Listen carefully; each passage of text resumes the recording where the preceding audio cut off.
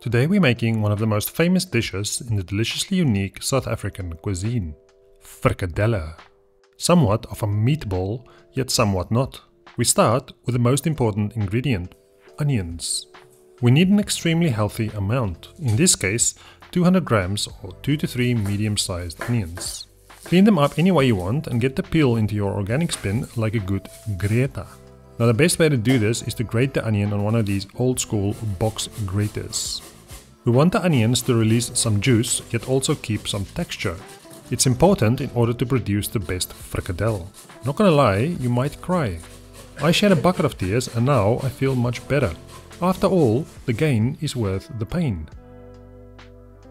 To the tear inducer we add 1 kilo or 2.2 pounds of minced beef. Mixed well but gently, to not overwork the protein in the meat. Proper frikkadelles has a juicy, crumbly texture, rather than the bouncy ones you find in IKEA-style meatballs, which is mostly down to the method.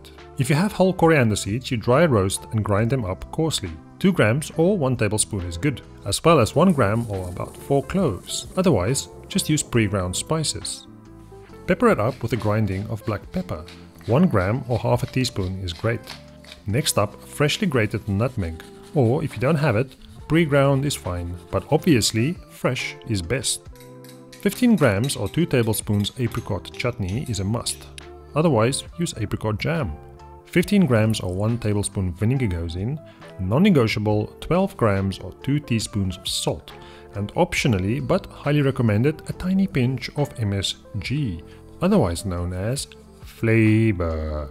Give that all a thorough but gentle mix. Remember, we don't want to overwork the meat, as that will lead to tears of sorrow, screaming family members, and somewhat of an unpleasant day all around. Avoiding issues is easier than dealing with them. Once you have your mix, you weigh out or eyeball 120 gram balls of mince, about the same size as a tennis ball. Oil up a baking dish or oven tray, then place the balls, not your balls, evenly spaced out onto the tray or into the dish. One last time, be gentle when forming these so we can all look forward to a lovely, problem-free day with a happy ending. Some people also add other stuff like carrot, parsley and soaked bread. Not what Granny did, so not what we do. Another thing that makes frikkadelle different from meatballs is they get baked in the oven at 190 degrees Celsius or 375 degrees Fahrenheit for 30 to 40 minutes.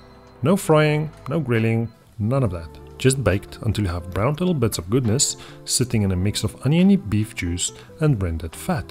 Baste your frikkadelles one last time in this juicy, loosey liquid. It's also going to make our traditional onion gravy to go with them. If you've done it right, you should have short, delicate texture with visible bits of completely soft onion inside. Pour the juice into a saucepan or frying pan. Add half a finely diced onion and slowly simmer until the onion has softened. If it cooks dry, add a bit of beef stock or water. If you want it more caramelized, then fry the onion before adding the liquid. To thicken it up so we have a real home-style gravy, we mix 1 tablespoon of cornstarch with 200 ml of beef stock to make a slurry, and obviously chicken stock to make it vegan.